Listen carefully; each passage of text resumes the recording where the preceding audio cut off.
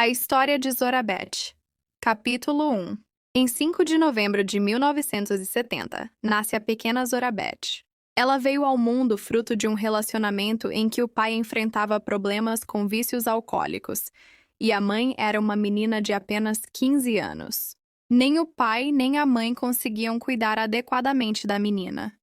O pai, devido ao seu alcoolismo, e a mãe, por conta da sua pouca idade. A família vivia em um pequeno quartinho, onde na frente o pai mantinha uma barbearia. Com as dificuldades financeiras que enfrentavam, Zorabete tinha como berço um engradado de madeira, forrado apenas com alguns panos no fundo. O casal logo percebeu que não conseguia cuidar bem da filha e que também não tinha amor suficiente para ficar com a criança. Após 3 meses, decidiram que precisavam encontrar alguém que pudesse adotá-la, buscando alternativas aqui e ali. O pai biológico de Zorabete estava em busca de alguém que pudesse adotá-la. Ao saber de um casal que há anos tentava ter filhos, mas não conseguia, ele decidiu entrar em contato com eles. Após conversarem, o casal decidiu adotar a menina. A felicidade era imensa, pois finalmente eles tinham o bebê tão sonhado que tanto desejavam. Os pais adotivos da pequena Zorabete estavam radiantes de felicidade e se sentiam abençoados por ter sua filha tão querida em suas vidas. No entanto, perceberam que a menina não estava bem de saúde. Ao trocar suas roupinhas, notaram que o umbigo dela estava bastante inflamado, resultado dos cuidados inadequados da mãe biológica, que era muito jovem na época. Preocupados, decidiram levá-la ao médico. Após a consulta, o médico descobriu que Zorabete tinha vários tipos de infecções e precisou ser internada na Santa Casa da cidade por cerca de 30 dias para restabelecer sua saúde completamente. E agora os pais adotivos de Zorabete estavam muito mais do que felizes, pois chegara a hora da alta hospitalar. Assim, pai, mãe e filha estavam indo pela primeira vez para a casa onde viviam, na cidade de Barrinha, interior de São Paulo, em um engenho de pinga que pertencia aos avós paternos, com toda a família morando ao redor. A grande família, cheia de alegria, se organizou para a linda chegada da tão esperada Zorabete. A História de Zorabete, capítulo 3. Toda a família vivia feliz no engenho de aguardente, incluindo seus avós paternos e todos os tios com suas respectivas famílias. O pai de Zorabete tinha ideias à frente de seu tempo em relação à inovação nos negócios. Ele começou a viajar pelo Brasil, entregando a aguardente em vários estados do país. Sempre que voltava para casa, era uma alegria reencontrar sua esposa e filha. Numa dessas viagens, o pai de Zorabete ouviu falar sobre a venda de uma fazenda no interior de Goiás, na cidade chamada Goiatuba. As propostas começaram a surgir, e seu avô decidiu conversar com todos os filhos para discutir a possibilidade de vender o engenho de aguardente e usar o dinheiro para comprar essa fazenda em Goiás. Tanto seu pai quanto seu avô estavam muito interessados em adquirir essa fazenda, mas alguns de seus tios não estavam a favor da compra, o que gerou algumas discussões entre eles sobre quem apoiava a ideia e quem não concordava.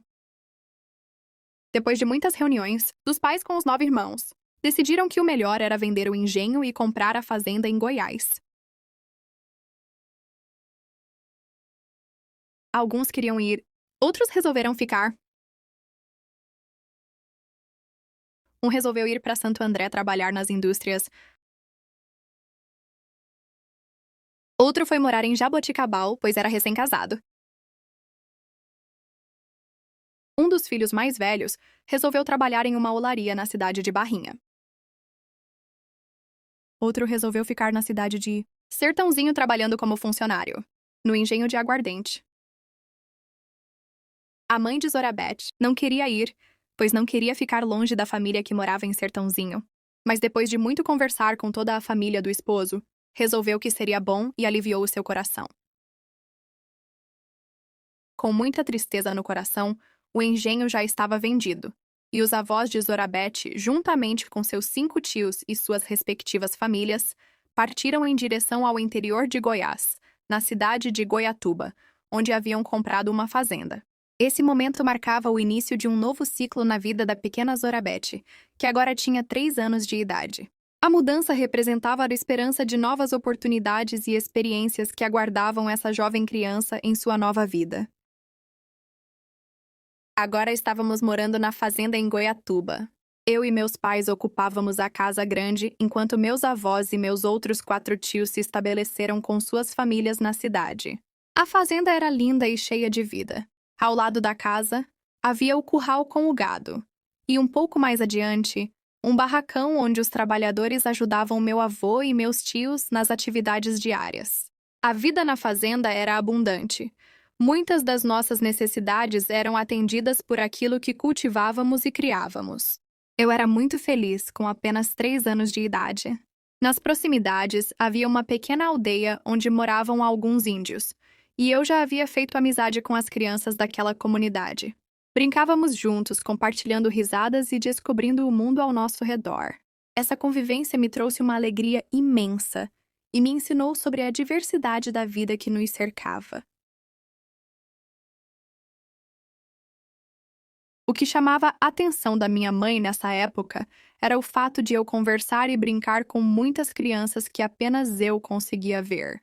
Não importava se estava no sítio ou na cidade, eu sempre interagia com essas crianças, descrevendo-as com riqueza de detalhes, incluindo como estavam vestidas.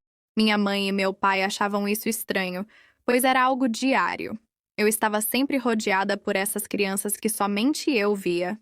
Eu não tinha nenhum medo dessas crianças.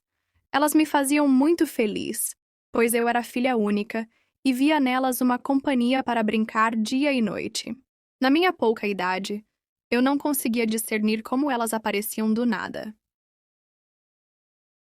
Eu tenho lembranças maravilhosas da época em que morava nessa fazenda. Eu vivi o tempo todo ao lado do meu avô. Onde ele estava, eu estava atrás.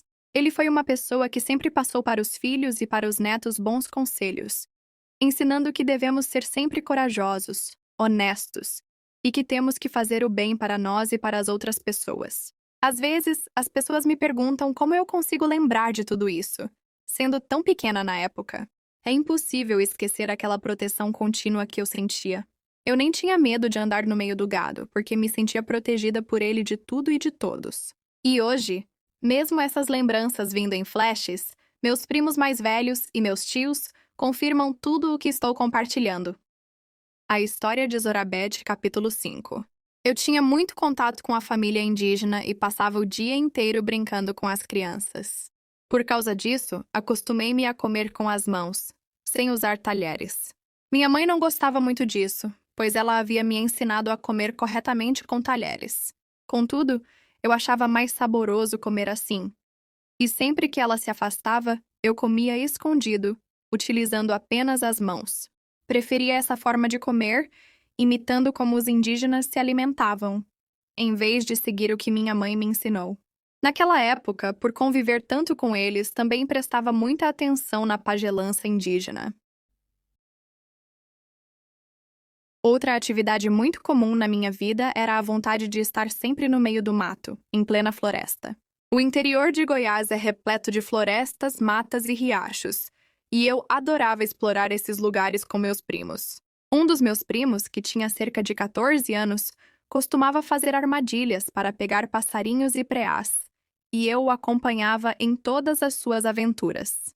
Todos os dias, quando não estava com os indígenas, eu estava atrás dele, ajudando a armar as armadilhas e tentando capturar pássaros e preás. Naquela época, eu não tinha consciência dos perigos que nos cercavam, como lobos, tamanduás, cobras e porcos-espinhos que habitavam a região.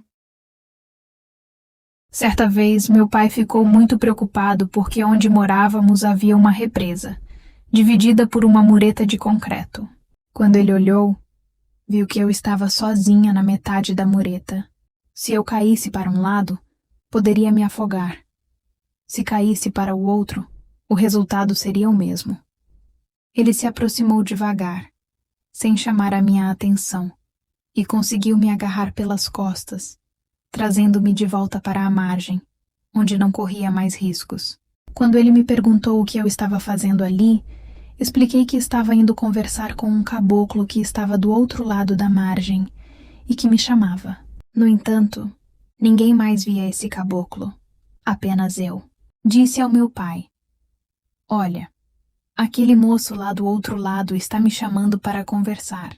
Ele ficou assustado ao perceber que, em um piscar de olhos, eu já havia me colocado em uma situação de risco. Tudo isso para falar com alguém que somente eu conseguia ver.